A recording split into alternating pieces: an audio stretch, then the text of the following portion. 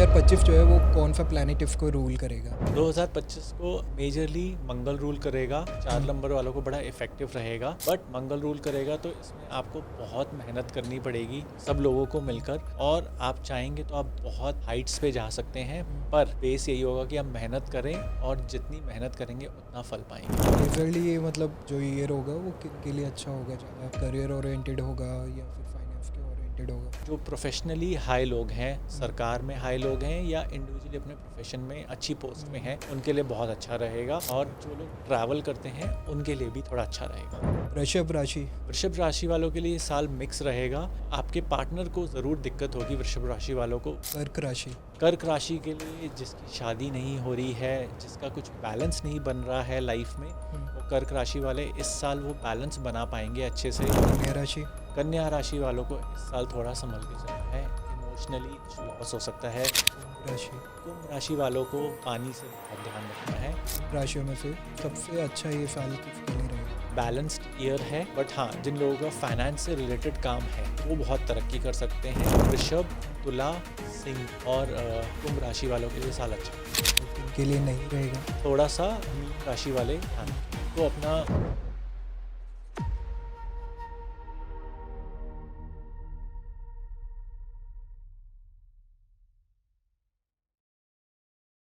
जय श्री राम। मेरा नाम है अभिषेक सिंह रजावत और आप देख रहे हैं चर्चा प्रिवेंटेड बाय हिंदू गुरुकुल। चर्चा के आज के इस एपिसोड में हमारे साथ चर्चा करने के लिए आए हैं तनुज लाल चंदानी जी, जो कि बाय प्रोफेशन एक एस्ट्रोलॉजर हैं। तो आइए जानते हैं तनुज जी के बारे में। First of all welcome to our show. Thank you. जय श्री राम। तो मैं चाहूँगा आप अपने बारे में थोड़ा हमारी ऑडियंस को बता दीजिए। मुझे 20 साल हो गए हैं, 20 प्लस साल हो गए हैं ये काम करते हुए, और ये गॉड गिफ्टेड है। मैंने कहीं से कुछ खास पढ़ाई नहीं करी है। अच्छा। मेरे पिताजी के गुरु थे श्री सुभाष चंद्र गुप्ता, तो उनसे मैंने बेसिक एजुकेशन ली इस बारे में, और उसके बाद सारा इंट्यूटिव है। तो मैं एस्ट्रोलॉजी, टैरो और वास्तु तीनों चीज़ें करता हूँ, और पामिस्ट्री मेरा फोर्टे है, और एस्ट्रोलॉजी साथ में, वैदिक एस्ट्रोलॉजी मेजरली, उसी से ही मैं सब कुछ प्रेडिक्ट करता हूँ, और सारा गॉड गिफ्टेड है। तो बहुत साल हो गए करते हुए, बहुत सारा क्लाइंटल बेस है, और जितना कर्म आप करते हैं उतना आप आगे बढ़ते हैं। सो कर्म के बेस पे ही एस्ट्रोलॉजी चलती है, तो उतना ही अच्छा आप आगे करते जाएंगे जी। बिल्कुल। तो फिर पहले तो मैं पूछना चाहूँगा कि एस्ट्रोलॉजी है क्या इसका? एस्ट्रोलॉजी अगर आप साइंटिफिकली देखें तो किसी के हिसाब से 9 प्लैनेट्स रूल करते हैं, किसी के हिसाब से 11 प्लैनेट्स रूल करते हैं, पर जो बेसिक है, आप 9 प्लैनेट्स के ऊपर किसी का भी जीवन बता सकते हैं, और उनकी पूरी जो दशा होती है वो 120 साल तक चलती है। अच्छा। मैक्सिमम लिविंग जो लोग रहते हैं वो 120 साल तक ही रह पाते हैं, उसके बाद उनका एक तरीके से दूसरा जन्म लग सकता है, कह सकते हैं, बट 120 साल पार करना सबके लिए बड़ा कठिन होता है। तो उतने में आप अपने पूरे कर्म बना लीजिए और उन्हीं ग्रहों के फल पा लीजिए, वही काफ़ी रहेगा। एस्ट्रो लेकिन बताते हैं कि काफ़ी टाइम पहले बनी थी, और इसका कितना टाइम पीरियड होगा कि कब इन्वेंट तो हुई आप थी? ये इन्वेंट तो नहीं है, ये आपके पुराणों, जितने आपके पुराण वेद पुराने हैं उतनी ओके। पुरानी है, तो उसकी कोई गिनती नहीं है। तो मतलब 5,000 तो मिनिमम है। Minimum minimum. हाँ, तो लेकिन उस टाइम पे जो एज होती थी एक एवरेज इंसान की, तो वो काफ़ी ज़्यादा होती थी। वो 120 साल ही होती थी मेजरली। 120। हाँ, 120 ईयर्स ही होती थी।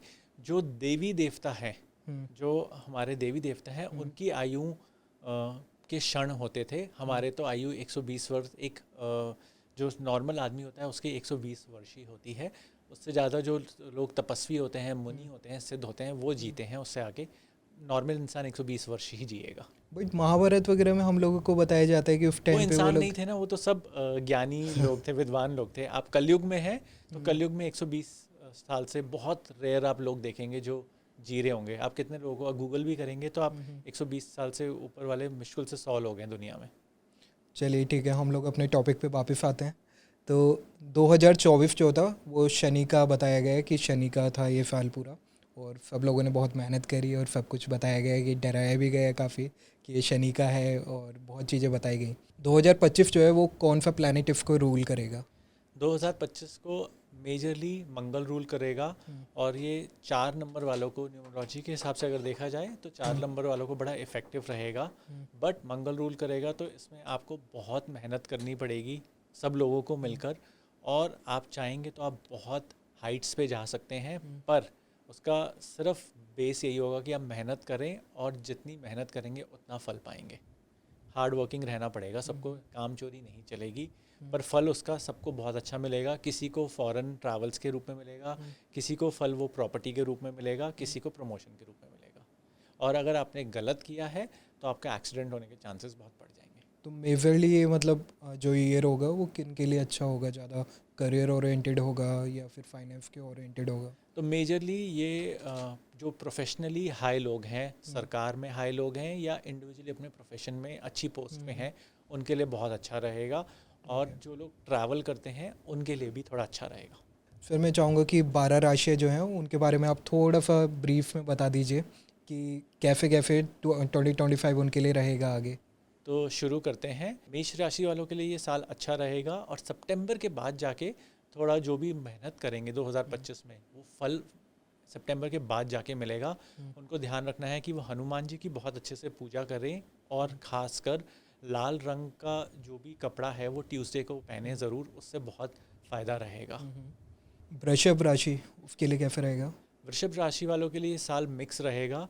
आपके पार्टनर को ज़रूर दिक्कत होगी वृषभ राशि वालों को, इसलिए उनको अपने मैरिटल लाइफ या अफेयर में बहुत ध्यान देना है और वो किसी पे भी निर्भर ना करें कि उनको किसी ने कमिट किया है तो वो काम पूरा हो पाएगा, काम पूरा नहीं हो पाएगा। तो अपनी विल से जितना वो कर पाएँ उतना अच्छा रहेगा।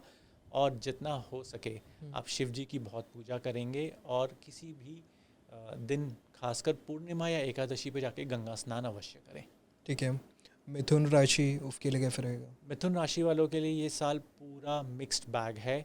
2 महीने अच्छे जाएंगे, 1 महीना ख़राब जाएगा, फिर 2 महीने अच्छे जाएंगे, 1 महीना ख़राब जाएगा।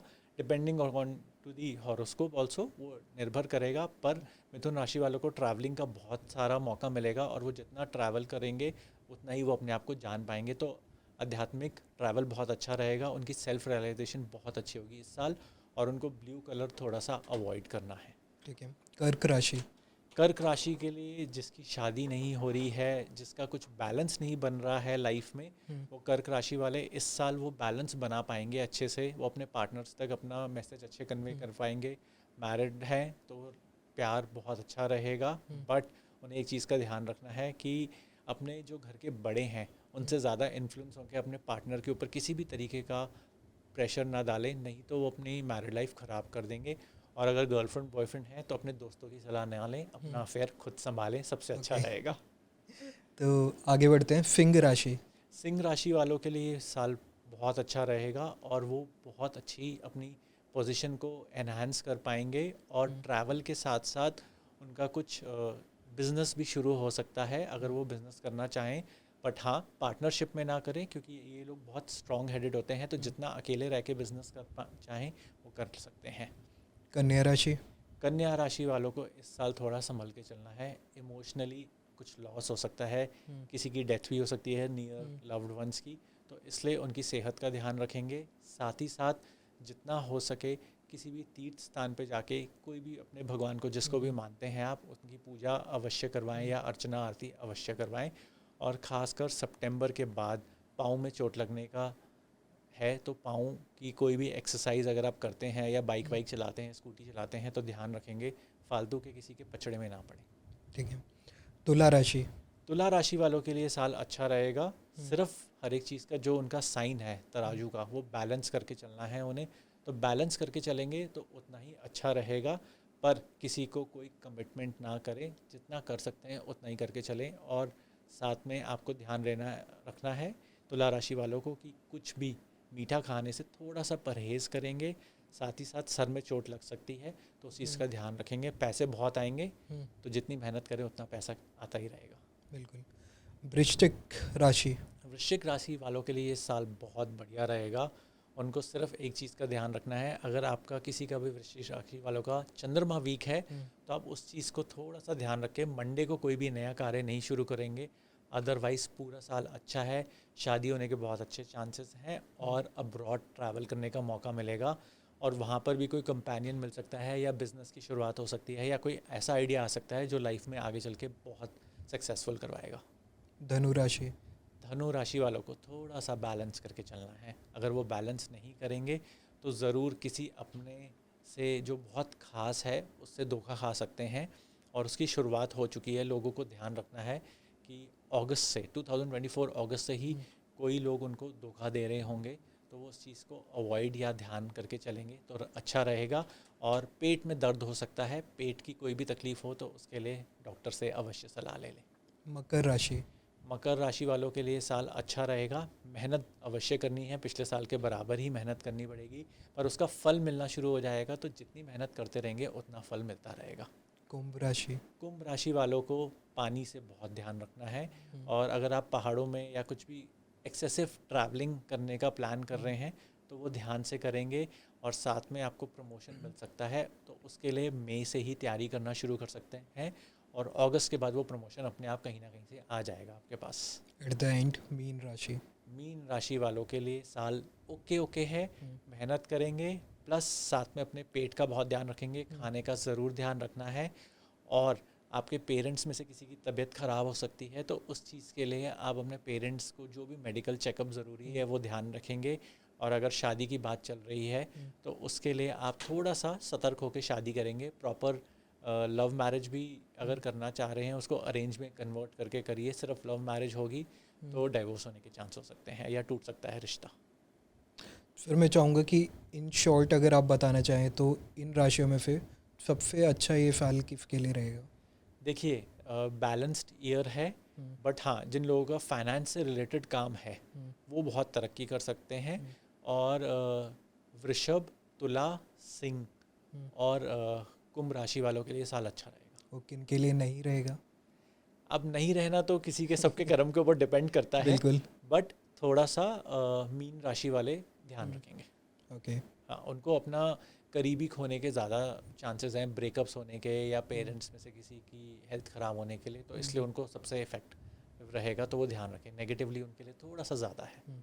फिर काफ़ी लोगों को अपनी राशि नहीं पता होती है, या जिनको पता होती है उनको ये नहीं पता होता कि वो अपनी नाम वाली राशि से अपनी राशि को माने, या फिर जो कुंडली वाली राशि होती है वो अलग होती है, या काफ़ी लोग डेट ऑफ बर्थ जो होता है उसके अकॉर्डिंग मानते हैं। तो इनमें फिर कौन सी ज़्यादा एक्यूरेट है, कौन सी हमारे ऊपर ज़्यादा इम्पैक्ट डालती है? तो फर्स्टली तो जो आपकी जो इंडियन एस्ट्रोलॉजी है वो आपके मून साइन के हिसाब से चलती है। तो जहाँ पर आपके हॉरोस्कोप में चंद्रमा प्लेस्ड होगा वो आपका मून साइन होता है, वो नाम के हिसाब से देखा जाता है। तो जो वैदिक एस्ट्रोलॉजी है वो मून साइन पे ज़्यादा बेस्ड है, तो आप अपने नाम के हिसाब से ही सब जगह देखें, वो ज़्यादा अच्छा रहेगा। और अपने हॉरोस्कोप में देख सकते हैं कि जो 12 खानों में से जहाँ आपका मून यानी चंद्रमा प्लेस्ड है उसके हिसाब से आपकी कौन सी राशि है। जो इंग्लिश कैलेंडर्स होते हैं वो सन साइन को मानते हैं, तो वो डेट ऑफ बर्थ से चलता है। आपके नाम के हिसाब से अगर आपके हॉरोस्कोप किसी पंडित जी ने बचपन में आपको बना के दिया है और आपका नाम सही रखवाया है तो आपका मून साइन ही होगा वो, और आपका नक्षत्र भी उसमें ठीक होगा, तो आपका नाम ऑटोमेटिकली आपकी राशि के हिसाब से परफेक्ट बैठा होगा। तो ये तीनों जो राशियाँ होती हैं ये तीनों हमारे ऊपर इम्पैक्ट डालते हैं, या फिर इनमें से कोई है जो ओवररूल करता है बाकी दोनों पे? मेजरली आपका जो मून साइन है जहाँ आपका चंद्रमा प्लेस्ड है वो आपके इमोशंस को कंट्रोल करता है, तो आप उसी के हिसाब से देखें, वो ज़्यादा इफेक्टिव है। जो डेट ऑफ बर्थ के हिसाब से है वो जो इंग्लिश राइटर्स हैं उनके हॉरोस्कोप्स होते हैं। जो राशियाँ होती हैं इनका बोलते हैं कि हर किसी का फेम अगर राशि है तो सबका मतलब फेम ही पूरा ईयर जाएगा, या फिर अलग होता है? नहीं, इसीलिए जो बेसिक जैसे हमने हॉरोस्कोप बताया है अभी वो बहुत जेनेरिक है। आपको अपना पूरा जानने के लिए हमेशा किसी भी एस्ट्रोलॉजर को आपके बर्थडे से 43 डेज़ पहले जब आपका वर्षफल तैयार हो जाता है तब दिखाना चाहिए और उस हिसाब से चलना चाहिए। ये बहुत बेसिक है कि ये साल 2025 ऐसा रहेगा और 2026 ऐसा रहेगा। आप अपना हमेशा वर्षफल बर्थडे से 43 डेज़ पहले दिखाइए और उसमें आपका जो बेसिक कैलकुलेशन है वो आ जाएगा। फिर काफ़ी सारे ग्रह ऐसे होते हैं जिनको बोलते हैं कि अच्छा नहीं है। शनि को बोलते हैं कि शनि की साढ़े साथी, और लोग डरते हैं उससे। तो इस पे आपका क्या टेक है? बिल्कुल गलत है। हर ग्रह अपनी जगह अच्छा होता है, हर ग्रह अपनी जगह ख़राब होता है। आपके कर्म पे सबसे ज़्यादा शनि डिपेंड करता है। तो अगर आपने अच्छे कर्म किए हैं, गरीबों को खाना खिलाया है, हैंडीकैप लोगों की सेवा करी है और किसी को इनजस्टिस नहीं किया है, किसी को धोखा नहीं दिया है, तो आपका ऑटोमेटिकली शनि बलवान हो जाएगा और आपको अच्छा फल देगा। और वहीं आपने किसी को जानवर को गाड़ी से मारा है तो उससे आपका केतु ऑटोमेटिकली ख़राब हो जाएगा और शनि ख़राब हो जाएगा, तो वो आपको हैंडीकैप कर देगा या किसी भी तरीके की चोट लगा देगा। और राहु के बारे में क्या बताना चाहेंगे आप? जब राहु आपका बलवान होता है तो आप प्राइम मिनिस्टर बन जाते हैं। अच्छा। आप बहुत अच्छा सोचते हैं और आपका आध्यात्मिक पावर बहुत बढ़ जाता है। तो जितने भी यूजुअली मिनिस्टर्स होंगे, बड़े साधु संत होंगे, इन सब लोगों का गुरु और राहु अच्छा होगा। और जो लोग मिलिट्री नेवी में हाई कमांड पे होते हैं उनका मंगल और राहु अच्छा होता है। तो राहु पावर होता है, राहु का जो साइन होता है एस्ट्रोलॉजी में वो हाथी का होता है। तो हाथी ऑटोमेटिकली देख के बड़ा लगता है, तो आप देखते हैं वो डोमिनेट करता है। और कोई भी जानवर एक बार हाथी के सामने आता है तो एक बार तो पीछे होता ही है बिकॉज ऑफ द साइज। बिल्कुल। तो जिसके साथ वो बैठा होगा राहु या उसकी छाया होगी तो वो ऑटोमेटिकली उस प्रोफेशन में महारत हासिल कर लेता है। तो राहु ख़राब नहीं होता है, राहु बहुत अच्छा प्लैनेट है और आपको बहुत आगे तक लेके जाता है। डरने की बिल्कुल ज़रूरत नहीं है। अगर आपका राहु किसी वजह से ख़राब है तो आपके करीबी लोग आपको धोखा देंगे, चीट करते हैं, तो आप उसके लिए थोड़ा सा ब्लू कपड़े कम पहने, ऑटोमेटिकली वो वर्क करने लग जाएगा। काफ़ी लोग मांगलिक बताते हैं कि मांगलिक होते हैं, उनकी शादी भी और मांगलिक से ही करी जाती है, तो इसका क्या फैक्ट है? अगर आपका मंगल 12वें, पहले, चौथे, 7वें और 8वें भाव में बैठा है तो आप मांगलिक हैं। और मांगलिक होना कोई बुरी बात नहीं है। दुनिया में 30% दुनिया पूरी पॉपुलेशन में मांगलिक है। तो इसका ध्यान रखना चाहिए कि मांगलिक होना अशुभ होता है। मांगलिक की शादी में एक जना मर जाता है या ऐसा कुछ नहीं होता है। मांगलिक से शादी करे तो बहुत चांसेस हैं मेजरली कि वो ठीक शादी चलेगी। बाकी गुण ज़रूर मिलाने चाहिए हैं, बट ऐसा कुछ नहीं है कि मांगलिक से शादी करने में कुछ नुकसान होता है। मांगलिक को मांगलिक से शादी करनी चाहिए। और आप आंशिक मांगलिक हैं, कम मांगलिक हैं, ज़्यादा मांगलिक हैं, ऐसा कुछ नहीं होता है। मांगलिक मीन्स मांगलिक, सिंपल। तो आपको मांगलिक से शादी करनी चाहिए, वो बेसिक कैलकुलेशन है। और आप किसी भी अच्छे एस्ट्रोलॉजर को बताएंगे तो वो आपको हमेशा बता देगा कि आप मांगलिक से शादी करें। और ऐसा बिल्कुल नहीं होता है कि 28 के साल के बाद वो कम हो जाता है। उसमें क्या होता है, जो आपका फर्स्ट पार्ट ऑफ मंगल होता है वो निकल जाता है, तो आपका एग्रेशन कम हो जाता है, तो शादी चलने के चांसेस ज़्यादा हो जाते हैं। फिर आपने अभी एक टर्म का यूज़ करा गुड़, जो कि शादी होती है उस टाइम पे मिलाए जाते हैं। तो गुड़ में भी बहुत सारी चीज़ें देखी जाती हैं एंड उसमें काफ़ी मैंने पंडित देखे हैं, मेरे घर में भी शादी हुई हैं। तो अगर नॉर्मल आपकी कुंडली से नहीं मिल रहा होता है तो नाम से मिला देते हैं, नाम से नहीं मिल रहा होता है तो पेट नेम से मिला देते हैं। तो ये कितना ठीक है? बिल्कुल गलत है। हाँ जी। आपके अगर गुण नहीं मिल रहे हैं, नाम से नहीं मैच होता है, बिल्कुल मतलब वो ना इजी कन्वीनियंस तरीका है कि जिनका हॉरोस्कोप नहीं है उनके नाम से मिला दो। बट आपको नाम से मिला के हॉरोस्कोप शादी नहीं करनी चाहिए। आपके कम से कम 36 में से 16.5 से लेकर 23 गुण मिलने चाहिए। 23 से ज़्यादा गुण मिलेंगे तो दोनों ज़्यादा एग्रेसिव होंगे। अच्छा। जैसे 23 से 30 के बीच में मिलते हैं तो लड़का लड़की में ईगो का इशू आ जाता है। और 30 से 36 के बीच में मिलते हैं तो लड़की बिल्कुल घर में एडजस्ट नहीं करती है। और 16 से कम मिलते हैं तो उनकी पर्सनल लाइफ सेक्सुअली सेटिस्फैक्टरी नहीं होती है। तो इसलिए थोड़ा सा अवॉइड करना चाहिए। 16 से 23 के बीच में जब भी मिलेंगे तो बैलेंस करके लोग शादी चला लेते हैं ओवरऑल। राम जी और सीता माता का तो बताते हैं कि 36 के 36 मिले तो मैंने आपको यही बोला ना कि 36 में से 36 गुण जब मिलेंगे हाँ। तो बहुत ईगो का इशू रहेगा। तो जैसे ही शादी हुई उसके बाद वनवास जाना पड़ा। हाँ। ठीक है, फिर रावण जी ने सीता माँ का हरण कर तो लिया। उनके ईगो थोड़ी था वो। ईगो आया ना कि घर छोड़ दिया। अच्छा। राम जी ने बोला कि मैं धर्म का पालन करूंगा। ठीक है ना, कोई अपना राजपाट नहीं छोड़ता है, बट उन्होंने बोला कि मैं मर्यादा पुरुष हूँ तो मैं अपने बात को कैसे गलत प्रूफ करूँगा। तो उन्होंने अपना घर छोड़ दिया। जैसे ही घर छोड़ा तो वनवास में चले गए। तो देखो, जब ज़्यादा गुण मिलते हैं तो कठिनाइयाँ बढ़ जाती हैं। कठिनाइयाँ बढ़ गई तो राजपाट छूट गया, वन में जाके रहना पड़ा। ठीक है, वहाँ से पत्नी का हरण हो गया, फिर पूरा युद्ध करना पड़ा। ठीक है, युद्ध के बाद वापस आए तो उन्हें भी मन में एक भाव था कि मैं एक इतने बड़े ज्ञानी को मार के आया हूँ, कैसे भी वो, चाहे पूरे संसार चक्र लीला है कि रावण क्यों मरा, पर उन्हें ये तो अफसोस था ही कि मैंने एक ऐसे विज्ञान ब्राह्मण को मारा है। ठीक है ना। तो वहाँ के बाद उनके बाद जब वो वापस आए तो पूरा राजपाट मिलने के बावजूद, ठीक है, किसी ने बोल दिया कि आपकी बीवी वहाँ रही थी, आप कैसे मान सकते हैं कि ये शुद्ध हैं। तो उनको उसके लिए भी उनको त्यागना पड़ गया। फिर सीता माता वापस वन में जाके लव कुश का पालन करने लगी। फिर जब लव कुश ने उन्हें हराया, पराजित किया युद्ध में, उसके बाद वो वापस आई तो फिर किसी ने बोल दिया कि आपको परीक्षा देनी है। तो सीता माँ ने अपने आप को जला दिया, स्वाहा कर दिया, है ना, अग्नि में प्रज्वलित हो गई। आप देखिए, इसमें सीता जी और राम जी पूरे आदर्शवादी होते हुए भी साथ नहीं रह पाए। तो इसलिए जब ज़्यादा गुण मिलते हैं तो आप अपने आशावादी, आदर्शवादी होने में कि मैंने तो ठीक किया है, मैं प्रमाण क्यों दूँ। राम जी ने बोला कि मैं मैं तो ठीक हूँ, तो मैं अपना घर बार छोड़ देता हूँ। सीता माँ जब वापस आई लव कुश जी के साथ, तो उन्होंने बोला कि मैं क्यों अग्नि परीक्षा बार बार दूँ, मैं तो सीधी सही हूँ, मैं तो क्यों परीक्षा दूँ। तो जब आप अपने आप को हमेशा राइट प्रूफ करने जाते हैं ना, तो बहुत बार ऐसा होता है कि आपको चीज़ें छोड़नी पड़ती हैं। तो यहाँ पर उस टाइम वो आशावादी कहलाते थे। आज के टाइम में ना लोग पेशेंस नहीं रखते हैं। देखिए, राम जी ने 14 साल वनवास देख लिया, सीता माँ ने लव कुश को बिल्कुल बड़ा कर दिया कि वो 13-14 साल के हो गए।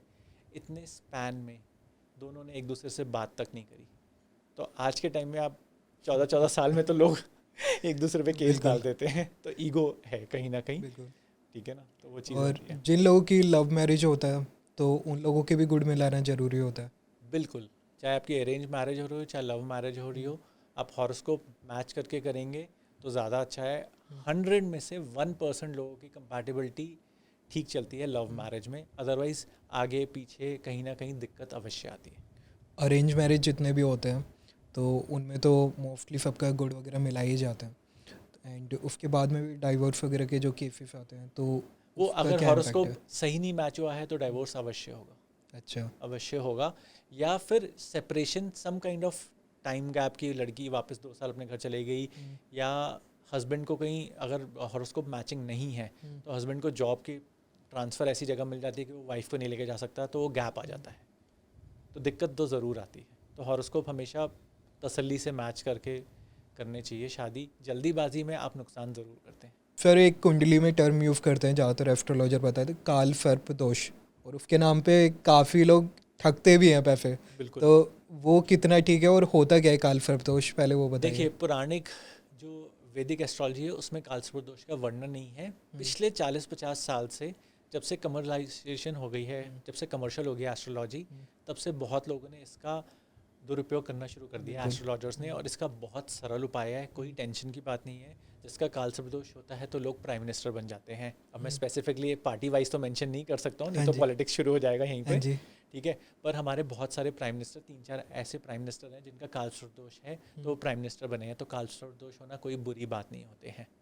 तो इसलिए सिंपल है, अगर आपका कालसर्प दोष है, आपको किसी पंडित ने बोल दिया है, तो आप उसके लिए 2-3 सरल उपाय कर सकते हैं।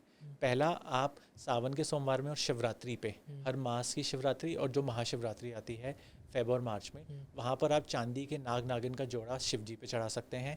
अगर आपको मन में ज़्यादा वहम है कि आपके कार्य नहीं बन रहे हैं, तो आप कुत्ते को दूध पिलाना शुरू कर दीजिए, उससे भी कालसर्प दोष कम हो जाता है। और मछली को आटे की गोलियां खिलाना शुरू कर दीजिए ट्यूसडे और सैटरडे, उससे कालसर्प दोष कम होना शुरू हो जाता है। डरने की बिल्कुल ज़रूरत नहीं है कालसर्प दोष से। फिर विचौतरी दशा और गोचर का अलग अलग इम्पैक्ट होता है, तो ये कैसे होता है और क्या होते हैं ये दोनों, पहले एक्सप्लेन कर दीजिए थोड़ा। सो जब आप पैदा होते हैं ना, तो एक तो प्लानिटरी जो आपका फिक्स्ड हॉरोस्कोप बन जाता है, वो आपका बेस हॉरोस्कोप होता है। उससे आपकी दशाएं निकाली जाती हैं, जो मैं बता रहा था कि 120 साल तक निकल सकती हैं 9 ग्रहों के हिसाब से, ठीक है। दूसरा होता है गोचर, जो प्लानिटरी, जो ब्रह्मांड में प्लैनेट्स घूम रहे हैं, तो उसका इम्पैक्ट अलग होता है। दशा से आपकी एक प्रॉपर प्रिडिक्शन निकल जाएगी कि इस वर्ष में ये फल मिलेगा। पर एस्ट्रोलॉजी के दूसरे पहलू से देखा जाए तो गोचर, जो प्लैनेट अभी मूव कर रहे हैं, उनका भी इम्पैक्ट आप पे होता है, तो उसको गोचर बोलते हैं। और उसका फल बड़ा पक्का होता है। तो जो एस्ट्रोलॉजर्स दोनों को मिक्स करके आपका फल बता रहे हैं, वो ज़्यादा एक्यूरेट होते हैं। तो आप देखेंगे बहुत सारे एस्ट्रोलॉजर्स सिर्फ दशा से बताते हैं, तो वो 100% एक्यूरेट नहीं होते हैं। और जो दोनों को मिक्स करके बताते हैं तो वो एक्यूरेट होते हैं। हर किसी की तो पूरी दुनिया में जो कुंडली है वो इतनी स्ट्रांग नहीं होगी कि सब कुछ ही अच्छा है। तो कर्म जो होते हैं वो हमारे इन चीज़ों को मतलब सबसे ऊपर होते हैं, या फिर हर चीज़ हमें इम्पैक्ट करती है, डेस्टिनी हमारी लिखी हुई है कुंडली में? देखिए, आपकी डेस्टिनी तो अवश्य लिखी हुई है, पर कर्म से क्या होता है ना, जहाँ आपका हाथ टूटना है वहाँ आपकी उंगली टूटेगी। तो मैंने सपोज आपको रेमेडी बताई कि आप गाय को चारा खिलाते रहिए, या कुत्ते को दूध पिलाते रहिए, या इस जानवर को ये खिला दीजिए, या किसी कोढ़ी व्यक्ति को ये खिला दीजिए, या ब्लाइंड स्कूल में ये दान कर दीजिए। तो उससे जिस प्लैनेट के लिए वो रेमेडी है, उससे उसका इम्पैक्ट कम हो जाएगा। दिक्कत तो अवश्य आएगी, पर वो 5% में टल जाएगी। फिर जैसे भूत प्रेत एंड ऑल, इन सब की बाधाएं बताते हैं, और ब्लैक मैजिक वगैरह होते हैं, बोलते हैं जिनका ऑरा वीक होता है, जिनके ग्रह वीक होते हैं, उनके ऊपर ये चीज़ें जल्दी हावी होती हैं। तो वो क्या जो ग्रह होते हैं वो कौन से ग्रह होते हैं जिन्हें वीक बोला जाता है और जिनके ऊपर इजीली पोजीशन वगैरह के केसेस हो जाते हैं? तो बेसिकली अगर आपका गुरु और मून इकट्ठे वीक होगा तो वो आपको बहुत भ्रमित करता है और वो आपको ना इल्यूजनरी चीज़ें ज़्यादा इफ़ेक्टिव लगती हैं कि आपको वहम जल्दी होने लगता है। तो आप इन दो चीज़ों का सरल उपाय है कि अगर आपका गुरु चंडाल योग है या गुरु चंद्रमा का युति है या दशा में चल रहा है और वीक है, वृश्चिक राशि में आपका मून बैठा हुआ है तो ऑटोमेटिकली वीक हो जाता है। तो इसका सबसे सरल उपाय है कि आप गौ की बहुत सेवा करेंगे किसी भी रूप में, और आप जितना हो सके गौमूत्र का स्नान कर लीजिए। थोड़ा सा लोगों को लगता है कि बहुत बदबू आती है, पर आप गौमूत्र से स्नान कर लेंगे तो वो सारी बाधा अपने आप निवारण हो जाती है। फिर कुंडली के बेस पे, कुंडली जो है हमें इस जन्म में जो भी हमें मिला है, तो कहीं ना कहीं हमारे पास्ट लाइफ से भी कुछ कनेक्शन होता है जो हमें इस जन्म में हमारी जो ग्रहों की दशा हैं तो वो हमारी अच्छी क्यों नहीं है, बुरी क्यों है, तो ये कुछ पास्ट लाइफ से कनेक्शन होता है इनका। हाँ बिल्कुल अवश्य होता है, और वो आपके गुरु से ही पता चल जाता है कि अगर आपका गुरु वेल प्लेस्ड है तो आपने अच्छे कर्म किए होंगे, अगर आपका गुरु वेल प्लेस्ड नहीं है तो आपने बुरे या गलत कर्म किए होंगे। तो उसके हिसाब से आपकी एजुकेशन, आप किस घर में पैदा हुए हैं, वो सब अवश्य पता चलेगा। तो जितने भी लोगों का गुरु वीक होता है उनकी पढ़ाई कहीं ना कहीं डिस्टर्ब्ड हो जाती है ऑटोमेटिकली। ठीक तो है। सिंपल आप देखिए, जो बच्चा नहीं पढ़ रहा है उसका जुपिटर वीक है तो उसके पास्ट कर्मास कुछ बैलेंस नहीं है, तो उसको बैलेंस करने के सिंपल तरीके होते हैं, वो करते रहिए। जहाँ जहाँ गुरु प्लेस्ड है उस हिसाब से उसकी रेमेडी होती है। अगर कुछ बच्चे होते हैं जिनका पढ़ाई में मन नहीं लगता है तो उनके लिए कोई रेमेडीज हो जो आपको पता हो। बहुत सिंपल रेमेडी है। जिन बच्चों का पढ़ाई में मन नहीं लगता है, आप उस बच्चे से 43 days starting on a Wednesday 3 केले गणेश जी को चढ़वाना शुरू कर दीजिए। उसका धीरे धीरे फोकस बढ़ जाएगा और पढ़ाई में ध्यान लगाएगा। और जितने भी बच्चों के एग्ज़ाम्स आ रहे हैं वो भी ये रेमेडी कर सकते हैं, तो आपकी स्कोरिंग बेटर हो जाएगी। पर इसका मतलब ये नहीं है कि आप पढ़ाई ना करें। हाँ जी। रेमेडीज़ की बात ही कर रहे हैं तो रेमेडीज़ में एक सबसे कॉमन रेमेडी सबको चाहिए होती है, फाइनेंशियल इश्यूज, तो उनके लिए क्या होता है। तो आप बहुत इजी है, अगर आप चाहते हैं कि पैसा आसानी से फ्लो में आता रहे तो आप शिव जी पे जाके रोज़ पहले जल चढ़ाएंगे, फिर चावल चढ़ाएंगे, फिर जल चढ़ाएंगे, फिर चीनी चढ़ाएंगे, फिर जल चढ़ाएंगे, और उसके बाद शिव जी को चंदन का तिलक लगाएंगे। इस रेमेडी को कॉन्टीन्यूसली करने के बाद 108 दिन के बाद पैसे आना शुरू हो जाते हैं। पर जैसे मैंने पहले बोला, मेहनत अवश्य करनी हाँ है। जी। और मेडिकल इश्यूज होते हैं उनके लिए कोई रेमेडी। मेडिकल इशू के लिए आप हनुमान जी की बहुत सेवा करिए। सूर्य अस्त से पहले या सूर्य उदय के बाद आप हनुमान चालीसा या बजरंग बाण का पाठ करेंगे तो आपके घर में शांति और हेल्थ अपने आप आने लग जाएगी। फिर कोई ऐसी रेमेडी भी होती है कि किसी का करियर जो है वो इतना अच्छा नहीं चल रहा है एंड वो अपने स्ट्रॉन्ग करने चाहते हैं अपने प्लानिंग पोजीशंस, तो वो कैसे कर सकते हैं। तो उसके लिए सिंपल है, अगर आपका करियर बहुत स्ट्रांग नहीं चल रहा है, आपकी दुकान पे फैक्ट्री में बिजनेस अच्छा नहीं चल रहा है, तो आप एक सिंपल सा कोई भी तांबे का या चांदी का श्री यंत्र लेके अपने बिजनेस वाली जगह पे रख लीजिए, या अगर ऑफिस में नहीं रख सकते हैं तो घर पे रख लीजिए। और उसको रोज़ केसर का तिलक लगाइए, और अगर चांदी में वो यंत्र है तो आप उसको थोड़े से दूध के छींटे भी लगाएंगे और उसको साथ में साफ़ भी करते रहेंगे। तो और साथ में आप लक्ष्मी माँ का कोई भी मंत्र बोल सकते हैं, जैसे विष्णु प्रिय नमस्तु भयम जागे देते, अत्रि हंत्रम नमस्तु भयम विष्णु प्रिय नमस्तु भयम। ये बोल के आप विष्णु जी की और लक्ष्मी माँ की सेवा कर सकते हैं। या फिर आप सिर्फ सीधा ओम श्री लक्ष्मी नारायण नमः बोल के भी उनका सेवन कर सकते हैं। इस मंत्र को जपने से जितनी बार भी आप श्री यंत्र पे जपेंगे उतना आपके पास लक्ष्मी माँ आने लग जाएंगी। ओके। बिजनेस के लिए अगर कुछ हो रेमेडीज। बिज़नेस के लिए आप हमेशा देखेंगे कि अगर आपका बिज़नेस सही तरीके से कुछ खाने पीने का है या कंसल्टिंग की कोई जॉब है आपका या कुछ भी ऐसा है, तो आप नॉर्थ या नॉर्थ ईस्ट फेसिंग दुकान या ऑफिस लीजिए। और अगर आपका काम बहुत बल्क का है कि होलसेल का है तो साउथ या साउथ वेस्ट लीजिए। मेडिकल स्टोर है तो भी वेस्ट वाली दुकान लीजिए, तो वो अच्छा चलता है। और अगर इजी वर्क है कि बहुत ज़्यादा आपका होलसेल वर्क है तो भी आपको साउथ वेस्ट फलेगा। फिर आप एस्ट्रो के साथ में वास्तु भी करते हैं, तो वास्तु की कोई रेमेडीज होती हैं जो इन जनरल सबके लिए हों, जो करनी ही चाहिए सबको अपने घरों में। आप सबको वास्तु के जो 3-4 बेसिक प्रिंसिपल है वो सब फॉलो कर सकते हैं। एक, आपको आपका घर हमेशा नीट एंड क्लीन रखना है। ओके। दूसरा, आपके सिंक में गंदे बर्तन नहीं होने चाहिए। तीसरा, आपके घर में जहाँ पर भी जूते पड़े हों वो कवर्ड पड़े हों, किसी भी रैक में या शू ड्रॉर में पड़े हों। और चौथा, आपको मंदिर आपका हमेशा नॉर्थ या नॉर्थ ईस्ट में होना चाहिए। उसका मतलब ये है कि जब भी आप पूजा करें, अगर आप नॉर्थ की तरफ फेस करके पूजा करते हैं तो आपको ज्ञान बहुत मिलेगा, नॉलेज बहुत मिलेगी, और ईस्ट की तरफ करते हैं तो पैसा बहुत आएगा। और मंदिर हमेशा नीट एंड क्लीन होना चाहिए, स्वच्छ होना चाहिए। मूर्तियाँ कम से कम होनी चाहिए, अगर मूर्तियाँ हैं तो बहुत छोटी छोटी हो, आपके अंगूठे से, जो घर का हेड है उसके अंगूठे से ज़्यादा बड़ी मूर्ति नहीं होनी चाहिए किसी भी भगवान की।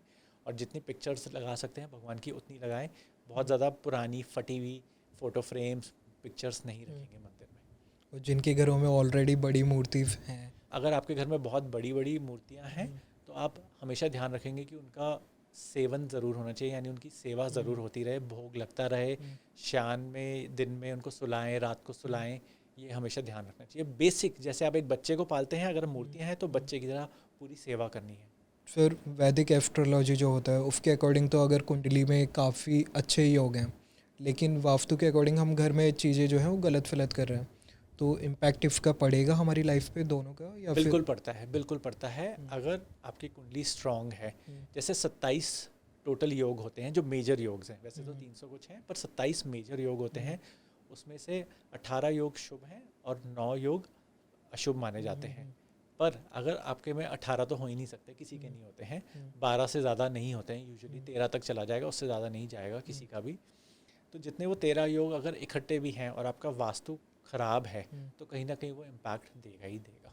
आप फिर टैरो रीडिंग भी करते हैं साथ में, तो टैरो क्या होता है और टैरो का थोड़ा सा आप डिटेल्स दे पाएंगे? सो टैरो रीडिंग एक मॉडर्न आर्ट है, पुराना नहीं है, और ये एक इंग्लिश आर्ट है, पर अब डिफरेंट काइंड्स ऑफ टैरोज आ गए हैं, तो मेजरली 5-7 तरीके के टैरो कार्ड्स होते हैं। तो मैं इंडियन टैरो ज़्यादा करता हूँ, तो उसमें यूजुअली भगवान के चित्र बने हुए हैं, तो जिस भगवान के नाम पे जो आपने क्वेश्चन पूछा है उससे रिलेटेड जो आंसर आता है उसको बताने का एक पदवी होती है, वो उस हिसाब से बताया जाता है।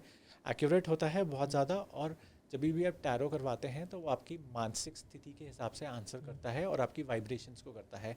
तो टैरो के लिए आपको हमेशा पर्सनली किसी को भी विजिट करना चाहिए, कभी भी टेलीफोनिक कंसल्टेशन मत लीजिए किसी से भी टैरो के लिए। बहुत लोग बोलते हैं कि फ़ोन पे कर दीजिए, तो फ़ोन पे टैरो नहीं होता है, जब तक आप सामने नहीं होंगे, आपकी वाइब्स कार्ड नहीं पकड़ेंगे तो वो करेक्ट आएगा ही नहीं। तो इसलिए हमेशा टैरो इंडिविजुअली जाके करवाइए पर्सनली। फिर किन लोगों को टैरो की साइड में जाना चाहिए एंड किन को कुंडली की साइड में, एस्ट्रोलॉजी की साइड? देखिए, अगर आपको रिलेशनशिप इश्यूज़ हैं तो आप टैरो से पूछिए। टैरो रिलेशनशिप इश्यूज़, आपकी mental ability to handle the stress बहुत अच्छे से बताता है। और टैरो से ना क्या होता है, आप 1, 2, 3, 4, 5 महीने की प्रेडिक्शंस निकाल सकते हैं, उससे ज़्यादा नहीं निकाल सकते हैं। बट एस्ट्रोलॉजी से आप 120 साल का किसी का भी निकाल सकते हैं। बेसिकली शॉर्ट अगर हमें टाइम शॉर्ट टर्म पीरियड के है लिए, वो सारा टैरो से निकल जाएगा। वो आपको एक क्योंकि आपकी वाइब, जैसे मैंने बोला कि आपकी जो वाइब्रेशंस है वो टैरो में आ जाती हैं उस टाइम जब आपका नाम आप उच्चारण करते हैं। टैरो के लिए सबसे पहले आपका नाम जानना ज़रूरी होता है, और वो जब आप सामने हैं तभी होगा। और जब वाइब्रेशंस आ जाएंगी उसके हिसाब से वो 5-6 महीने की प्रेडिक्शंस निकल जाएंगी। बट हॉरोस्कोप आपका करेक्ट है तो आप 120 साल तक, जब तक आप जीवित हैं, निकल जाएगा। और जो सटीक ज्ञान रखते हैं वो आपको उतना ही बताते हैं कि आप 70 साल 80 साल तक जान लीजिए, उसके बाद आपकी लाइफ नहीं है, 90 तक है, तो उसके 120 तक जाने की ज़रूरत ही नहीं पड़ती है। फिर काफ़ी लोगों के ग्रह जो होते हैं वो ख़राब हो जाते हैं, तो ये क्या होता है कि ग्रह ख़राब कैसे होते हैं बेसिकली? देखिए, ग्रह खराब बेसिक हमारी हैबिट्स से होते हैं। अगर हमारी हैबिट्स ख़राब हैं तो ग्रह खराब होना शुरू हो जाएंगे। जैसे कोई बहुत ज़्यादा तेज़ बोलता है तो उसका शनि खराब होने लग जाता है, अच्छा। तो उसको अपने बॉसेस से और बड़े लोगों से दिक्कत आने लग जाएगी और पाँव में चोट लगना शुरू हो जाएगी। दूसरा, जो लोग बहुत गालियाँ देते हैं, इम्पोलाइट होते हैं, चीख के चिल्ला के बात कर रहे होते हैं, उससे उनका बुध खराब होना शुरू हो जाता है। तो उससे क्या होता है ना, आपके बिजनेस में तरक्की नहीं होती है, आपका कुछ भी जो बोलने वाला काम है वो ख़राब हो जाता है। अब बहुत सारे यूथ आजकल एक दूसरे को गाली दे के बात करते हैं, तो उसमें क्या हो रहा है ना, आपको अभी रियलाइज़ नहीं हो रहा पर आपका प्लानट धीरे धीरे ख़राब हो रहा है। फिर आपको जॉब लगने में दिक्कत होती है, बिज़नेस नहीं चल रहा होता है, तो बोलते हैं यार मैं तो कुछ करता नहीं हूँ। भाई, आप गाली दे रहे हो, वहीं से आपका बिज़नेस ख़राब हो रहा है, आपकी तरक्की ऑटोमेटिकली रुक गई है। तीसरा, बहुत सारे लोग जो हैं बहुत ज़्यादा अपने पाँव घसीट कर चलते हैं। जो लोग पाँव घसीट कर चलते हैं उनका सक्सेस ख़राब होता है। आपको हमेशा पाँव उठाकर चलना चाहिए। चौथा, आपको ध्यान रखना है कि जब भी आप सोने जाएं तो आपका पाँव नीचे से साफ़ होना चाहिए। अगर आप नंगे पाँव घूमते हैं, जूते पहन के जाएँ, तो जो नेगेटिव एनर्जी आप बाहर से लेके आ रहे हैं वो रात को सोने से पहले, अपने बिस्तर पे जाने से पहले साफ़ कर लीजिए। और पाँचवा, आप हमेशा ध्यान रखेंगे जिस टेबल पे आप बैठ के काम करते हैं, या टेबल है या गल्ला है, जो भी है, वहाँ पर बैठ के आप खाना नहीं खाएंगे, उस टेबल पर रख के आप खाना नहीं खाएंगे, प्रॉपर मील नहीं करेंगे। चाय कॉफ़ी वगैरह फिर भी ले सकते हैं, पर आप अवॉइड करेंगे कि आप मील ना करें उस पर। तो आप हमेशा देखना, जितने भी बड़े लोग होते हैं उनका ऑफिस बड़ा होता है और ईटिंग के लिए एक सेपरेट सोफ़ा साइड में पड़ा होता है, तो उसका एक बेसिक रीज़न है कि वो तरक्की करते हैं क्योंकि अपने टेबल पे चाय कॉफ़ी पानी से ज़्यादा कुछ नहीं ग्रहण करते। फिर आजकल एक बहुत कॉमन कल्चर है अफेयर्स का, जो कि मल्टीपल अफेयर्स होते हैं लोगों के, तो वो भी कोई ग्रह जो है हमारा वो फिर ख़राब करते हैं। देखिए, मल्टीपल अफेयर्स, अगर आपकी शादी में सेटिस्फैक्शन नहीं है तो अफेयर ऑटोमेटिकली चली जाता है कहीं ना कहीं, क्योंकि हर किसी को इमोशनल संतुष्टि चाहिए है। जिसको इमोशनल संतुष्टि चाहिए होती है उसका मूड वीक होता है या ख़राब होता है, और अगर आपका पार्टनर उसको बैलेंस नहीं करता है तो ख़राब होने ही लग जाता है ऑटोमेटिकली, तो आपका अफेयर चल जाता है। दूसरा, जिसका शुक्र बहुत बलवान होगा तो ऑटोमेटिकली उसके पास दूसरी स्त्रियां आती रहेंगी, किसी भी वे में आती रहें। तो जब आपका शुक्र स्ट्रांग होता है तो वो दूसरी स्त्रियों को ऑटोमेटिकली अट्रैक्ट करता है। या अगर फीमेल के हॉरोस्कोप में है तो मेल्स उसके पीछे पड़ते रहेंगे और वो कहीं ना कहीं चाहे वो कितना भी अवॉइड कर लें वो अफेयर में कन्वर्ट हो जाता है। तो जिसका शुक्र अच्छा है तो वो उसको बलवान करके फल दे रहा है, मून वीक है तो वो इमोशनल अफेयर है। तो डिपेंड करता है, और जिसका दोनों का मिक्स होके चल रहा है तो वो उसको नॉर्मल कार्मिक फल देता ही देता है। और यूजुअली अगर प्लैनेट स्ट्रांग है तो अच्छा ही फल देता है, ख़राब नहीं देता है। ख़राब सिर्फ इतना ही देगा कि आपको पता चल जाएगा आपके बिजनेस में लॉस हो रहा है। ओके। हाँ, या फिर आपको मेजरली ये हो जाएगा कि आपके बाल बहुत झड़ना शुरू हो जाएंगे। तो लेकिन ये आपने एक्स्ट्रा मैरिटल अफेयर का बताया, लेकिन शादी से पहले जो आजकल कल्चर है कि मल्टीपल गर्लफ्रेंड एंड बॉयफ्रेंड्स होता है, तो उसका भी कोई इम्पैक्ट होता है? उसका इम्पैक्ट यही होता है कि लोगों की सेटिस्फैक्शन नहीं है, तो वो बेसिकली बहुत ज़्यादा बुध और शुक्र की युति से होती है। तो जिसका शुक्र खराब होगा उसकी 2-4 गर्लफ्रेंड या बॉयफ्रेंड होंगे। और आजकल क्या होता है ना, लोगों को लालच ज़्यादा है कि जो जितना ज़्यादा अच्छा ले जाए, तो वो लालच क्रिएट होती है राहु और चंद्रमा से। तो जैसे ही वो ग्रीडी हो जाते हैं तो वो एक्स्ट्रा मैरिटल अफेयर्स कह लीजिए या पहले मल्टीपल अफेयर्स कह लीजिए, जो कॉर्पोरेट्स में या नॉर्मल लोगों के भी बहुत चल रहे होते हैं, तो उसके हिसाब से ख़राब होते हैं। बट उसमें कुछ नुकसान हो रहा होता है depending upon the other persons horoscope. But उसमें आप देखिए 2 चीज़ें ज़रूर होती हैं। एक, आपको कोई सेक्सुअल डिजीज़ हो जाएगा अगर अफेयर अच्छा नहीं है आपका, या बाल झड़ना शुरू हो जाएंगे। ये 2 चीज़ें बहुत कॉमन है। फिर आपके पास काफ़ी लोग आते हैं एंड आपने काफ़ी आपके क्लाइंट्स रह चुके हैं, तो आपको कोई ऐसे मिथ्स हैं जो बहुत कॉमन हो, आपको लगता हो कि ये तो मुझे बताना ज़रूरी है कि ये तो बिल्कुल ही एकदम मिथ है तो एस्ट्रो के बारे में? बेसिकली मिथ सबसे ज़्यादा कि शनि आपको बहुत तकलीफ़ देता है, बिल्कुल नहीं। शनि आपको जज, बैरिस्टर, लॉयर बहुत अच्छा बना सकता है। और अगर शनि के साथ मंगल स्ट्रांग होगा तो आपकी फ़िज़ीक बहुत अच्छी हो जाएगी। तो ये बिल्कुल गलत वहम वाली बात है कि शनि ख़राब है तो मेरे 7.5 साल ख़राब हैं, 7.5 चल रही है, नुकसान हो जाएगा। बल्कि 7.5 में आपकी स्पिरिचुअल ग्रोथ बहुत अच्छी होती है, आपकी शादी होती है। सो डिपेंड आपके कौन सा फेस चल रहा है। जब बचपन में 7.5 आएगी तो वो आपको पढ़ाई में स्ट्रॉन्ग कर देगी या ख़राब कर देगी। बट आपका शनि कहाँ प्लेस्ड है उस पर डिपेंड करता है। सबकी 7.5 ख़राब नहीं होती है। दूसरा, बहुत लोग बोलते हैं कि मंगलीक है बच्चा, शादी नहीं होगी, लड़की नहीं मिल रही। तो मंगलीक होना कोई बुरी बात नहीं है, शादी ऑटोमेटिकली अच्छी जगह होगी। जस्ट मंगलीक लड़की से या लड़के से करवाइए। फिर काफ़ी लोगों की कुंडली में राजयोग होता है, तो ये राजयोग कैसे देख सकते हैं हम कि हमारी कुंडली में है या नहीं है? जिसका भी राजयोग होगा ना, वो अपने एज से पहले कुछ ऐसी चीज़ अचीव कर लेगा जो उसको नहीं मिलनी चाहिए थी। या तो नौकरी सरकारी लग जाएगी, या टाइम से पहले अच्छी वाइफ मिल जाएगी। तो डिपेंड करता है अलग अलग हॉरोस्कोप्स में, या डिस्टिंक्शन आ जाएगी या स्कॉलरशिप मिल जाएगी। सो आज के टाइम में राजयोग ये होता है। राजयोग का मतलब ये नहीं होता है कि आप राजा बन जाएंगे। कुछ ना कुछ ऐसी अचीवमेंट जो आपको ईजिली मिल जाएगी, वो राजयोग कहलाता है। और भिन्न भिन्न प्रकार के राजयोग होते हैं। तो उसके हिसाब से जैसे किसी का सूर्यादित्य राजयोग है तो उसको बहुत फेम मिलेगा। किसी का सिर्फ सूर्य राजयोग है तो वो बहुत बड़ी पोजीशन पे पहुंच जाएगा, पर उसको फेम नहीं मिलेगा, पर अथॉरिटी बहुत होगी कि वो कुछ अलग कर पाएगा। किसी का सूर्य मंगल का राजयोग होगा तो उसको शत्रु बहुत सारे होंगे, पर सारे डरपोक शत्रु होंगे, तो उसकी बाहुबली जिसे बोलते हैं वो बाहुबली बन के घूमता रहेगा। तो अलग अलग राजयोग का अलग अलग फल होता है। और प्रेजेंट टाइम में राजयोग का मतलब बिल्कुल ये नहीं होता कि आप राजा बन जाएंगे। बहुत लोग ये बोलते हैं कि किसी ने मुझे बोला था मेरा राजयोग है, पर मैं तो राजा की लाइफ नहीं जी रहा। पर आज के टाइम में अगर आप किसी अच्छी पोजीशन पे हैं तो वो राजा के बराबर मानी जाती है। तो ये देखा कैसे जाएगा कि हमारी कुंडली में राजयोग है या नहीं? तो ये 144 तरीके के राजयोग होते हैं बेसिकली। Okay. अगर इसको एक्सप्लेन करने जाएंगे तो घंटों लग जाएंगे। पर बिल्कुल। सबके हॉरोस्कोप में कुछ ना कुछ राजयोग होता है। इवन एक छोटे से आदमी के हॉरोस्कोप में ये राजयोग होगा कि उसको हवाई यात्रा करने का फल मिल जाएगा। अच्छा। तो एक बहुत पुअर आदमी अगर प्लेन में बैठ गया तो उसके लिए तो देखो टर्निंग पॉइंट है ही। तो सबका राजयोग अलग अलग लेवल का होता है।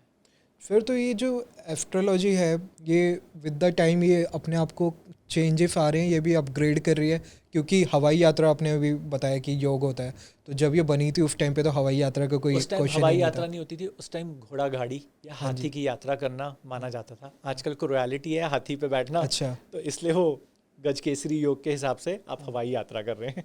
फिर कपड़ों का हमारी लाइफ पे कोई इम्पैक्ट होता है, जो कलर्स होते हैं कपड़ों के, तो वो कोई फ्रिक्वेंसी डालते हैं हमारी लाइफ में? बिल्कुल, अगर आप बहुत ज़्यादा डार्क कपड़े पहनना शुरू कर देंगे तो आपको ना कहीं एक अभिमान या घमंड हो जाएगा। तो इसलिए आपको मिक्स कपड़े पहनने चाहिए, और ज़रूरी नहीं है कि बहुत सारे लोगों को मैंने देखा है कि मंडे को वाइट पहन रहे हैं, ट्यूसडे को रेड पहन रहे हैं, वेडनेसडे को ग्रीन पहन रहे हैं। ऐसा बिल्कुल नहीं है, सबको ये लॉजिक सूट ही नहीं करता है। तो ये सबको अवॉइड करना चाहिए। आप किसी भी एस्ट्रोलॉजर से पूछ के कि आपको इस दिन ये कपड़े पहनने चाहिए, वो फॉलो कर लीजिए। या आप जैसे नॉर्मली किस दिन भी कुछ भी पहन सकते हैं, पर हमेशा सारे कलर पहनिए। अगर आपका कोई ग्रह वीक है तो आपका एस्ट्रोलॉजर आपको बिल्कुल रेकमेंड कर देगा कि ये कलर मत पहनिए, तो वो अवॉइड करिए। अगर आपका राहु शनि चल रहा है तो आप ब्लू कपड़े थोड़े अवॉइड कर सकते हैं। अगर आपका चंद्रमा चल रहा है तो आप वाइट कपड़े ज़्यादा पहनिए, सिल्वर ग्रे कपड़े ज़्यादा पहनिए, उससे फ़ायदा होगा। और जैसे बहुत सारे लोग फैशन के लिए वो फटे हुए कपड़े या कुछ लटक रहा है, जैसे लड़कियां बहुत कपड़े पहनती हैं ऐसे, या जीन्स फटे हुए हैं लड़के कपड़े पहनते हैं, वो बिल्कुल नहीं पहनने चाहिए। उससे आपका शुक्र ख़राब होता है और कहीं ना कहीं आपकी मैरिड लाइफ या अफेयर्स ख़राब होना शुरू हो जाते हैं। तो फटे हुए कपड़े किसी भी तरीके के नहीं पहनने चाहिए। आजकल लोग बाल कलर कराते हैं, उसका कोई इम्पैक्ट होता है? आपने बताया मुझे ऑफ कैमरा भी। हाँ बिल्कुल, अगर आप अपने बाल स्ट्रेटन या स्मूथनिंग करवा रहे हैं जैसे लड़कियां करवाती हैं, और लड़के भी आजकल बहुत बाल कलर करवाते हैं, उसमें धीरे धीरे क्या होता है ना, जो आपकी डेस्टिनी है वो कहीं ना कहीं आपने किसी और कलर, जैसे आपका बेसिक कलर सबका ब्लैक या ब्राउन होता है, तो वो शनि का और राहु का या केतु का कलर है, बेसिकली तीनों का कॉम्बिनेशन है। आपने इस पे जैसे ही थोड़ा गोल्डन कलर करवा दिया तो वो सूर्य को उच्च कर दिया। आप देखना जो उतने भी लोग कलर करवाते हैं, जैसे ही कुछ बर्गंडी या जो भी शेड होते हैं गोल्ड के या ब्राउन के करवाते हैं, उनकी पर्सनल लाइफ ख़राब होने लग जाती है कलर करवाते ही। 100% होती है, 100%। और मेरे पास बहुत सारे लोग ऐसे आए हैं जिन्होंने बोला है कि हमने कलर करवाया तो ये है वो है। मैंने कहा आपको आप नॉर्मल बेसिक कलर पे आ जाओ तो इम्पैक्ट कम होने लग जाएगा। तो ये हर कलर पे होता है या फिर कोई स्पेसिफिक कलर? हर कलर से होता है। आपका जो बेसिक नेचुरल कलर है आप उसी को चलने दीजिए। आपके बाल वाइट हो रहे हैं, आप उसी का ही सेम शेड करवाते रहिए तो वो ठीक रहेगा। कोई और कलर छिड़वाएंगे तो कोई ना कोई प्लैनेट एक्टिवेट हो जाएगा। जैसे लोग अभी बीच में बहुत पिंक एंड ग्रीन करवा रहे हाँ थे, जी। तो अब बुध एंड मंगल को एक्टिवेट कर रहे हैं, फिर कहीं ना कहीं गुस्सा दिलवाएगा, आपकी ज़ुबान ख़राब करवाएगा। तो लेकिन फिर वेस्टर्न कल्चर में अगर हम लोग जाते हैं या वेस्ट साइड में जाते हैं हम लोग, तो वहाँ पे तो उनके नेचुरल जो बाल होते हैं वो अलग होता है उनका कलर। बिल्कुल, आप देखिए इसलिए वहाँ पर वो लोग, अधिकतर लोग जिनके कलर बहुत ज़्यादा गोल्डनिश कलर में बाल होते हैं, उनकी 2-3 शादियाँ होती हैं। और फॉरेन में तो ये कॉमन कल्चर रहा है। हाँ जी। इसीलिए रहा है क्योंकि वो आपके सूर्य को उच्च रखता है, आपका टेम्पर हाई रखता है, तो आप अपने पार्टनर को टॉलरेट ही नहीं कर पाते हैं। बोलते हैं जी हाँ भाई तू डिवोर्स ले, निकल अभी कहानी ख़त्म कर। फिर आपके पास कोई फॉरेनर्स भी आते हैं बहुत कुंडली के सारे लिए? बहुत सारे जैसे मेरे पास मेरी 30% clientele base is abroad, okay. तो मैं वहाँ पर जाता हूँ। दे आर एनआरआई और just properly settled? Different settled clients हैं वहाँ पर। सिंगापोरियंस हैं, यूएई में क्लाइंट्स हैं, तो मॉरिशस में क्लाइंट्स हैं। जैसे मैं जहाँ फ्रीक्वेंटली बहुत ट्रैवल करता हूँ, हांगकॉन्ग वगैरह यहाँ पर। एंड चाइनीज़ क्लाइंट्स बहुत सारे हैं जो बहुत फर्म बिलीवर हैं, और वो यहाँ तक कि इंडिया आके यहाँ के मंदिरों के दर्शन भी करके जाते हैं मेरे साथ। तो उन लोगों के क्वेश्चंस किस टाइप के होते हैं? हमसे अलग होते हैं या फिर? Same world over same problem है हाँ। कि पैसे चाहिए और लाइफ अच्छी हो जाए। प्रॉब्लम सबकी सेम है, जस्ट लैंग्वेज डिफरेंट होती है। ओके। तो जितना मुझे पता है कुंडली जब देखी जाती है तो प्लेस देखा जाता है एंड डीओबी वगैरह, ये सारी टाइमिंग भी देखी जाती है, तो उन लोगों के पास टाइमिंग वगैरह होता है? बिल्कुल, बल्कि फॉरेनर्स के पास तो बिल्कुल एक्यूरेट टाइम होता है। मतलब हमारे यहाँ तो अब पिछले 30 साल से जिन लोगों का मेरे पास डेटा है, मैंने देखा है कि जो हमारे पेरेंट्स वगैरह हैं वहाँ से हॉरोस्कोप थोड़ा अच्छे से बन के आना शुरू हो गए हैं। उससे पहले तो यही बोलते थे कि हमारे पापा मम्मी का तो ऐसे ही था कि सुबह पैदा हुए थे या उस चाचा की शादी थी और वहाँ गए थे और वहाँ से आए थे, तो ये नक्षत्र चल रहा था उस टाइम पे पैदा हुए थे। हाँ मतलब वो तुक्के मारने वाली कहानी होती है। बट वो हॉरोस्कोप अगर आप थोड़ा सा उस पर वर्क कर लें तो डेट निकल जाती है, जैसे पुराने लोग बहुत बोलते हैं कि आषाढ़ में हुए थे, इसमें हुए थे, उसमें, तो आप निकाल सकते हैं उसको। अभी जैसे आपने मेंशन करा, काफ़ी लोगों को पता नहीं होता उनका टाइमिंग क्या है, तो उस टाइम पे आप क्या करते हैं? मैं उस टाइम पे सबसे पहले तो उनसे पूछता हूँ कि आपका बड़ा बच्चा कौन है, बेटा या बेटी, और उसके हॉरोस्कोप से आप बहुत सारी चीज़ें निकाल सकते हैं। अच्छा। और दूसरा, अगर उनके हस्बैंड या वाइफ किसी का भी एक का भी डिटेल है तो उससे भी बहुत सारी डिटेल्स निकल जाती हैं। तो बेसिकली अगर कुंडली जो एक किसी इंसान की फैमिली में कोई भी एक इंसान है, तो उसकी कुंडली पूरी फैमिली पे इम्पैक्ट डालती है। बिल्कुल डालती है कहीं ना कहीं। अगर आप हेड ऑफ़ द फैमिली हैं, अगर आप बीमार हैं तो आपके बच्चे परेशान होंगे। अगर आपका अच्छा। बच्चा, एक जने की कुंडली है, बच्चा बीमार है, तो आपको ऑफिस से छुट्टी लेनी पड़ेगी, तो ऑटोमेटिकली इम्पैक्ट तो डालती है। ओके। मैं किसी एस्ट्रोलॉजर के पास गया था, तो उन्होंने एक बार बोला कि आपकी कुंडली ऐसी है कि आपके पीछे जो पड़ोसी रहते होंगे वो काफ़ी रिच होते चले जाएंगे, फाइनेंशियली अच्छे होते चले जाएंगे। तो ये क्या होता है कि मतलब इसका मेरी कुंडली से मेरे पड़ोसी का कैसे इम्पैक्ट जाता है? बेसिकली उसमें क्या होता है ना कि आपका जो ग्रह है वो आपके पीछे हॉरोस्कोप नीचे देख रहा होगा, और वो आपके बैक साइड में रहते होंगे, तो उनको इम्पैक्ट कर रहा होगा कहीं ना कहीं। उसका 10% इम्पैक्ट होता है, बहुत ज़्यादा नहीं होता है। इंडिविजुअली हॉरोस्कोप का इंडिविजुअल पे सबसे ज़्यादा होता है जो आसपास लोग होते हैं। फिर 3 टाइप की कुंडलियाँ होती है हमारी। एक लगन कुंडली होती है जितना मुझे पता है, एंड एक दूसरी आप नवमांश। नवमांश, अच्छा, और तीसरी होती है चंद्र कुंडली। चंद्र कुंडली। तो इनमें से कौन सी हमारी एक्यूरेट होते हैं हमारे लिए?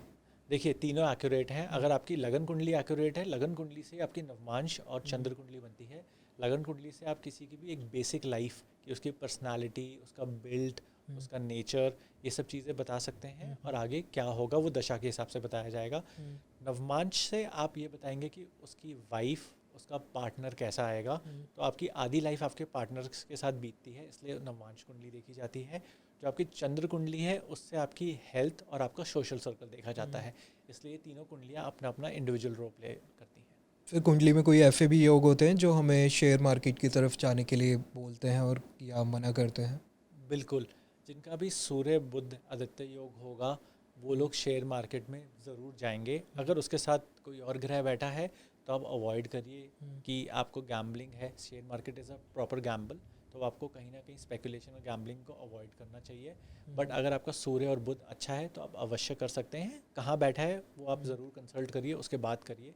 और ये दो ही ग्रह आपको दूर की दृष्टि देते हैं कि आप कितना दूर, सूर्य की रोशनी को कोई नहीं रोक पाया आज तक ना, ठीक है, तो वो आपको दूर दृष्टि बनाते हैं। और वो आपको कहते हैं कि सूर्य धीरे धीरे अपनी डिग्री बढ़ाता है और तपिश भी उस हिसाब से देता है, तो पेशेंस ज़रूर रखिए। और बुध आपको हमेशा दिमाग का, सोचने का काम करवाता है। तो share market is all about brain and Forsyte. जो लोग दूर की दृष्टि रखते हैं उन्हीं का ही ये योग होता है और वही एक्टिवली करते हैं। तो ये दो प्लैनेट उसके लिए रीज़न रखते हैं मेजरली। फिर 2025 जो है, ये अगर हम लोग वर्ल्ड वाइड देखते हैं कंट्री लेवल पे, तो वो हमारा कैसे रहेगा हमारी कंट्री के लिए? हिंदुस्तान के लिए बहुत अच्छा रहेगा। थोड़ा सा एक बारी अप्रैल में थोड़ी सी दिक्कत आएगी पूरी सोशल सिनेरियो में इंडिया में, और थोड़ी सी अगस्त के आसपास दिक्कत आएगी। वरना स्टॉक मार्केट हो या प्रोडक्शन हो, फाइनेंशियली बहुत अच्छा रहेगा इंडिया के लिए। आने वाले 14-15 साल बहुत ही अच्छे हैं, तो सेफ साइड है हमारे लिए। तो हम ग्रो करने वाले हैं। हम ग्रो करने वाले हैं, हम सुपर पावर बनेंगे, बिल्कुल, उसमें कोई नहीं रोक सकता। बिल्कुल। 2040 तक इंडिया सुपर पावर में आ जाएगा पूरा। ओके। फिर 2025 में कौन सा फैक्टर सबसे ज़्यादा ग्रो करेगा? हेल्थ, फाइनेंस, या फिर कौन सा आपके देखिए, अकॉर्डिंग? जो सबसे ज़्यादा ग्रो करेगा वो है फाइनेंस वाला, बहुत अच्छे से ग्रो करेगा। उसके बाद ऑटोमोबाइल और ट्रैवल, ये तीन इंडस्ट्रीज़ बहुत ग्रो करेंगी। स्टॉक मार्केट ऊपर नीचे थोड़ा भागेगा, बट हाँ, अगर आप कैलकुलेटिव रिस्क लेंगे तो चल जाएगा। अदरवाइज़ ये जो तीन बिजनेस हैं, कि आपका ट्रैवलिंग वाला, बहुत अच्छे से लोग इसमें पैसा कमाएंगे और लोग बहुत घूमेंगे अगले साल, बहुत ज़्यादा घूमेंगे, क्योंकि हर किसी को होगा उत्सुकता। मंगल बहुत उत्सुकता जगाएगा, मंगल का ईयर है तो बहुत उत्सुकता जगाएगा कि आप कुछ ना कुछ ट्रैवल करिए, कुछ न्यू एक्सप्लोर करिए। तो जिज्ञासा बहुत जगाएगा। ओके, तो शेयर मार्केट के अकॉर्डिंग भी इनमें इन्वेस्ट करना अच्छा रहेगा? हाँ, इनमें इन्वेस्ट करना अच्छा रहेगा। ओके। इनमें इन्वेस्ट करना बहुत अच्छा रहेगा। इससे रिलेटेड जो भी हैं स्टॉक्स, आप उनको बिल्कुल बाय कर सकते हैं। फिर वो लोग कौन होते हैं जिनको मार्केट में बिल्कुल भी पैसे लगाना ही नहीं चाहिए, जिनकी कुंडली में बिल्कुल ही ना हो? अगर आपका सूर्य और बुध खराब है, उनको स्टॉक मार्केट बिल्कुल नहीं करनी चाहिए। उनका पैसा 100% डूबेगा ही डूबेगा। पता कैसे चलेगा कि ये ख़राब है? आपके चार्ट से पता चलेगा। इंडिविजुअली सबका अलग अलग होता है। किसी के दो हॉरोस्कोप सेम होना बहुत रेयर चांस होता है। अगर सेम दो ट्विंस भी जो इकट्ठे पैदा होते हैं ना, उनका भी हॉरोस्कोप अलग अलग हो जाता है सेकंड्स के हिसाब से, तो इसलिए सबका इंडिविजुअल हॉरोस्कोप होता है। क्या हम लोग किसी का बिहेवियर देख के उसको बता सकते हैं कि उसका ये ग्रह स्ट्रॉन्ग है, ये खराब है? कुछ चीज़ें आप बता सकते हैं, बट वो उसकी दशा के ऊपर भी डिपेंड कर सकता है कि अगर उसकी दशा कोई जैसे कुछ टाइम के लिए बहुत स्पिरिचुअली स्ट्रांग हुआ है, तो उसका अवश्य ही केतु या जुपिटर चल रहा होगा, तो वो टाइम बेस्ड होता है, आप एग्जैक्टली तो नहीं निकाल सकते हैं विदाउट दी हॉरोस्कोप। काफ़ी सारे जो हमारे ग्रह होते हैं तो लोग हाथ पढ़ के भी देख लेते हैं कि वो सारे ग्रह बोलते हैं कि हाथों में भी फेम होते हैं बिल्कुल एंड फेस पे भी होते हैं। बिल्कुल बिल्कुल बिल्कुल। तो आपकी ये हैंड राइटिंग से भी आपका भविष्य निकाला जा सकता है, आपकी पर्सनालिटी और आपका भविष्य, और आपको खाने में क्या पसंद होगा, ये तीन चीज़ें आपके हैंड खाने में राइटिंग। क्या पसंद होगा? हाँ, ये बिल्कुल ओके। निकाल सकता है। अगर आपका वीनस अच्छा होगा तो आपको मीठा खाना पसंद होगा, आपका मंगल अच्छा होगा तो आपको स्पाइसी खाना पसंद होगा। ठीक है। अब आपका बुध स्ट्रांग होगा तो आप घर के बाहर खाना ज़्यादा खाते होंगे, बुध वीक होगा तो घर पे ही खाना खाते होंगे और बेसिक खाना खाते होंगे। फिर एस्ट्रोलॉजर्स के पास जाते हैं तो वो बोलते हैं कि आपको जो क्वेश्चन करने हैं वो करिए, कोई भी क्वेश्चन का आंसर कर सकते हैं। तो कुछ आपके अकॉर्डिंग ऐसे कोई क्वेश्चन होते हैं जिनका आंसर नहीं होता है कुंडली में? मैं दो चीज़ों के आंसर कभी भी किसी को नहीं देता। एक, बहुत सारे न्यूली मैरिड कपल आके पूछते हैं कि हमें बेटा होगा या बेटी, तो मैं ये कभी किसी को नहीं बताता हूँ। मैं कहता हूँ अगर बेटी आई है तो लक्ष्मी आई है, बेटा आया है तो आपको शिव या कृष्ण आया है तो आप इंजॉय करिए, उनको पालन पोषण करिए। और दूसरा, मैं कभी भी किसी को उनका डेथ टाइम नहीं बताता। तो वैसे आप बताते नहीं हैं लेकिन आपको पता होता है? हाँ, मतलब टेंटेटिव ईयर तो बिल्कुल निकल जाता है, बिल्कुल निकल जाता तो है। वो एक्यूरेट होता है? हाँ, मतलब इतना ही कि इस महीने में आएगा। तो एक्यूरेसी लेवल क्या रहता है एस्ट्रोलॉजी का? अगर आपके बर्थ डिटेल्स एक्यूरेट हैं तो 100% आ जाएगा। ओके। आपके बर्थ डिटेल्स बिल्कुल करेक्ट होने चाहिए। किसी किसी का हॉरोस्कोप सेकंड्स में भी चेंज हो जाता है। जैसे आप फॉर एग्जांपल 1751 पे पैदा हुए हैं तो 1751 पे शायद वो प्लैनेट आगे पीछे चेंज कर जाए अपना घर, तो प्रेडिक्शन चेंज हो सकती है। So accuracy of the time is important. फिर वास्तु से क्या हमारी हेल्थ पे भी कोई इम्पैक्ट पड़ता है?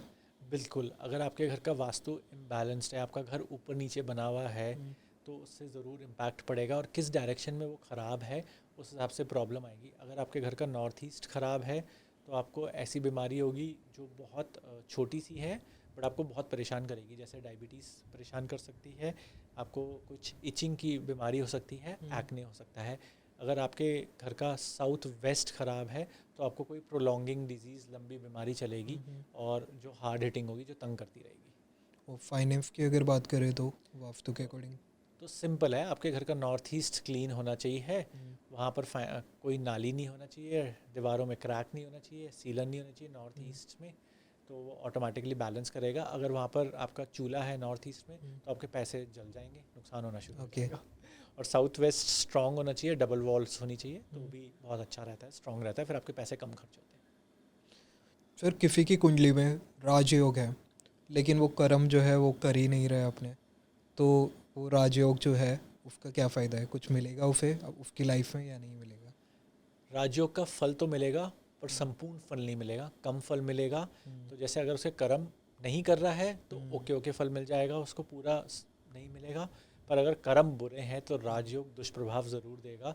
वो क्या करेगा, उसी फल को इतना मिनिमाइज़ कर देगा कि आपको पता ही नहीं चलेगा कि वो टाइम कब आया कब गया और उससे कितना नुकसान हो गया। फिर आपने अभी मुझे ऑफ कैमरा रुद्राक्ष के बारे में बताया, उसके बारे में आपको काफ़ी अच्छा नॉलेज है, तो मैं चाहूँगा कि आप हमारी ऑडियंस को थोड़ा उसके बारे में बता दीजिए। कौन सा रुद्राक्ष कौन से प्लैनेट को रिप्रेजेंट करता है? जैसे एक मुखी रुद्राक्ष जो होता है वो दो प्रकार का होता है। एक गोल दाना जिसमें कोई लाइन नहीं होती है तो वो एक मुखी होता है, वो बहुत रेयर होता है, मिलना थोड़ा सा कठिन होता है और एक्सपेंसिव भी होता है। दूसरा होता है काजू दाना, वो इजीली अवेलेबल होता है और बहुत महंगा नहीं होता है, वो सूर्य को रिप्रेजेंट करता है। अगर आप गवर्नमेंट का कोई भी वर्क करते हैं तो आप उसको पहन सकते हैं, आपको फ़ायदा होगा। दूसरा दो मुखी रुद्राक्ष होता है, वो चंद्रमा को रिप्रेजेंट करता है, बहुत सस्ता होता है और वो आपके इमोशंस को बैलेंस करता है, तो आप उसको अवश्य पहन सकते हैं। तीन मुखी रुद्राक्ष जो है वो बुध को रिप्रेजेंट करता है, तो अगर आपके बोलने में कुछ दिक्कत है तो आप उसको पहन सकते हैं। चार मुखी रुद्राक्ष जो है वो मंगल को रिप्रेजेंट करता है, आपका कॉन्फिडेंस बहुत बढ़ाता है। पांच मुखी रुद्राक्ष जो है वो जुपिटर को रिप्रेजेंट करता है, तो आपको वो आध्यात्मिक की तरफ ले जाता है। छः मुखी रुद्राक्ष जो है वो वीनस को रिप्रेजेंट करता है, तो आपकी कुछ भी अफेयर्स, मैरिड लाइफ उसको अच्छा करना हो तो उस के लिए पहन सकते हैं। सात मुखी रुद्राक्ष जो है वो शनि को रिप्रेजेंट करता है, तो आप शनि देव की कृपा पाने के लिए उसको पहन सकते हैं। 8 मुखी रुद्राक्ष राहु को रिप्रेजेंट करता है, वो आपको बहुत बल और बुद्धि दोनों इकट्ठा देता है। 9 मुखी रुद्राक्ष, अगर आप स्पिरिचुअली एनलाइटमेंट चाहते हैं, दुर्गा माँ की बहुत कृपा चाहते हैं, तो आप 9 मुखी रुद्राक्ष पहने, और वो केतु के लिए होता है। और ऐसे ही 21 मुखी तक रुद्राक्ष होते हैं जो अलग अलग फल देते हैं। और उसके बाद गणेश रुद्राक्ष होता है, जो अगर आपके कार्यों में विघ्न आता है तो आप गणेश जी को विघ्न हटाने के लिए, किसी भी चीज़ का विघ्न हटाने के लिए गणेश रुद्राक्ष पहन सकते हैं। और आप साथ में गौरी शंकर रुद्राक्ष पहन सकते हैं अगर आपकी मैरिड लाइफ अच्छी नहीं है या शादी में दिक्कत आ रही है या शादी नहीं हो रही है, तो उन लोगों को भी गौरी शंकर रुद्राक्ष पहनना बहुत अच्छा रहता है। और रुद्राक्ष जब भी आप धारण करें तो 2-3 चीज़ों का बेसिक ध्यान रखेंगे कि आप उसे किसी की भी डेथ पे नहीं पहन के जाएंगे, क्योंकि उसमें एनर्जी होती है। दूसरा, जब भी आप कुछ भी संभोग कर रहे हैं, फिजिकल एक्टिविटी में इन्वॉल्व हैं, तो नहीं पहनेंगे। ये 2 बेसिक नियम है जो आपको ध्यान रखना है रुद्राक्ष धारण करते हुए। फिर लेकिन एक जेन्युइन रुद्राक्ष आज की डेट में मिलना वो भी मुश्किल है, तो उसके लिए क्या करना चाहिए, कहाँ से हमें परचेज करना चाहिए? आपको किसी भी रिलायबल सोर्स से लेना चाहिए है। यूजुअली रुद्राक्ष जो हैं जो 2 मुखी से लेकर 10-11 मुखी तक तो बहुत इजीली अवेलेबल हैं। जो सबसे मुश्किल मिलता है वो 1 मुखी गोलदाना ही होता है। वही फेक है या नहीं है वही आपको टेस्टिफाई करवाना है, और किसी रिलायबल सोर्स से लीजिए, क्योंकि आजकल इतने अच्छे कॉपीज़ आने लग गए हैं कि वो आपको टेस्टिंग करवा देते हैं कि पानी में डूब रहा है नहीं डूब रहा है। वो टेस्ट बेकार है, उसकी कोई वैल्यू नहीं है। फिर मुझे नहीं लगता कि हमारी ये जो बातें हैं ख़त्म हो पाएंगी एक पॉडकास्ट में, तो मैं आपको दोबारा इनवाइट करना चाहूँगा अगले पॉडकास्ट में। हम लोग वास्तु के बारे में बातें करेंगे। आज हम लोगों ने एस्ट्रो को ज़्यादा थोड़ा सेंटर रखा है। फिर किसी को अगर आपसे कंसल्टेशन लेना है तो उसके लिए कहाँ पे आपका ऑफिस है? मेरा ऑफिस साउथ दिल्ली में है, चित्तरंजन पार्क में। किसी को भी आना हो, आप 2 या 3 दिन पहले संपर्क करके अपॉइंटमेंट ले सकते हैं। सिंपल तरीका है। और वास्तु विजिट के लिए आपको 1 हफ्ता पहले बुक करना पड़ेगा। ओके। ऑनलाइन अगर बुक करने का कुछ मेरी आपका वेबसाइट है tanujaastroseer.com। वहाँ से आप सारा कुछ कॉन्टैक्ट डिटेल्स देख सकते हैं। वहाँ पर फॉर्म आता है, आप उसको भर के भेज दीजिए, आपको रिप्लाई आ जाएगा। बाकी कॉन्टैक्ट डिटेल्स जो हैं फिर की वो डिस्क्रिप्शन में नीचे मिल जाएंगी। अगर फिर से कॉन्टैक्ट करना है तो जाइए, एक बार ज़रूर लीजिए। काफ़ी अच्छे एस्ट्रोलॉजर हैं, आप सबको एक बार पूछना चाहिए इनसे अपने बारे में, तो आपको डिटेल्स में थोड़ा जानकारी मिल पाएगी। आपको हमारे पॉडकास्ट में आगे कैसा लगा? बहुत मज़ा आया, और मैं चाहूँगा कि हम इसको आगे कंटिन्यू करें, क्योंकि कुछ चीज़ें ऐसी हैं, बातें रह गई हैं, तो हम उसको ज़रूर करेंगे अगले बिल्कुल। podcast में। तब तक के लिए जय श्री राम।